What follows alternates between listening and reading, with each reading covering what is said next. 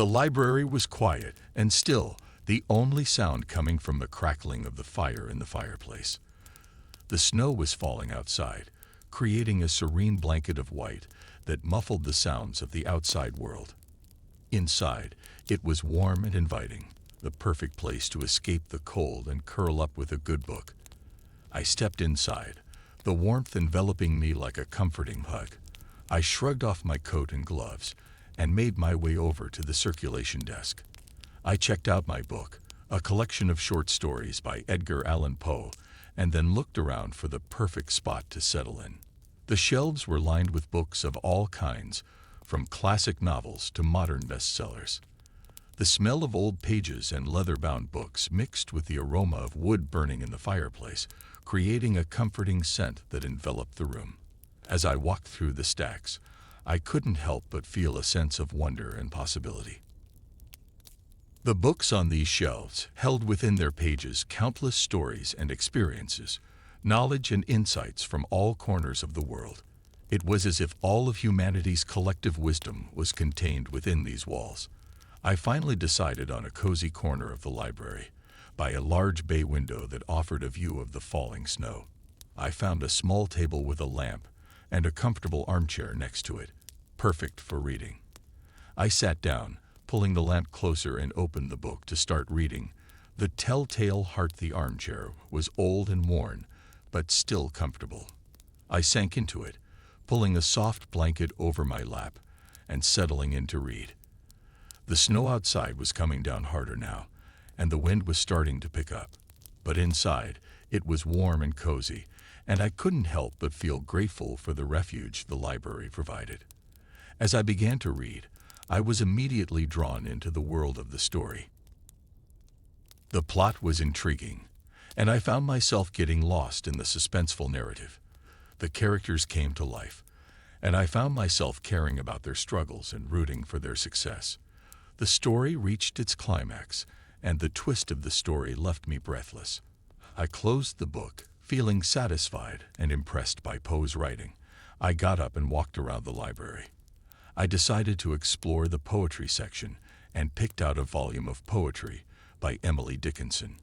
I returned to my armchair and started reading the poetry, becoming completely immersed in the rhythmic language and the unique perspectives of the poems. I found myself highlighting some of the verses, wanting to remember them later.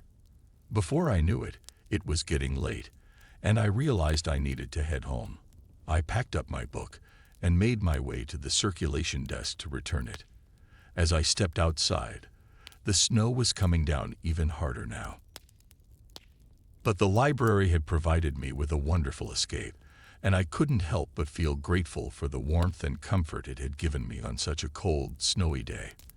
The sensation of warmth and coziness still with me, and the memories of the stories I read still fresh in my mind. I walked home, feeling content and at peace, the memories of the library and the stories within its walls still fresh in my mind. I knew that I would be back soon, to escape once again into the pages of a good book and the cozy refuge of the library. As the days passed, the library became my sanctuary, a place where I could escape from the outside world and lose myself in the pages of a book. I would come to the library often, checking out different books and exploring different sections of the library. I found myself returning to my cozy corner by the bay window time and time again. It has become my favorite spot. One day, as I was sitting in my armchair, reading a novel, I noticed a new figure in the library. He was a middle-aged man, with a thick beard and kind eyes. He was sitting at a nearby table, surrounded by books, and it was clear that he was lost in his own reading.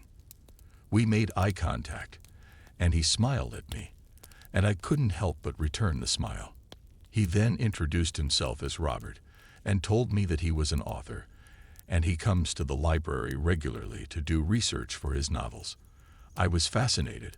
I asked him about his works and how he got started writing. He told me about how he always loved writing, but it took him a while to take the step of getting published. We continued talking, and I found myself enjoying his company. He was interesting and knowledgeable about literature. He invited me to join him for tea the next day at the library cafe, and I found myself looking forward to it. The next day I arrived at the library early, and Robert was already there, waiting for me.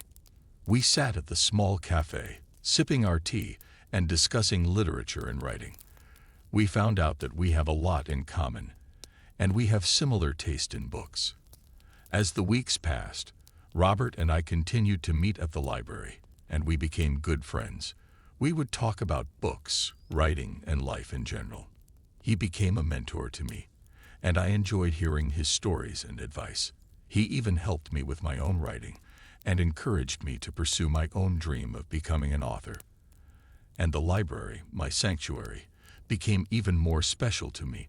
It was where I found friendship, inspiration, and the courage to pursue my passion.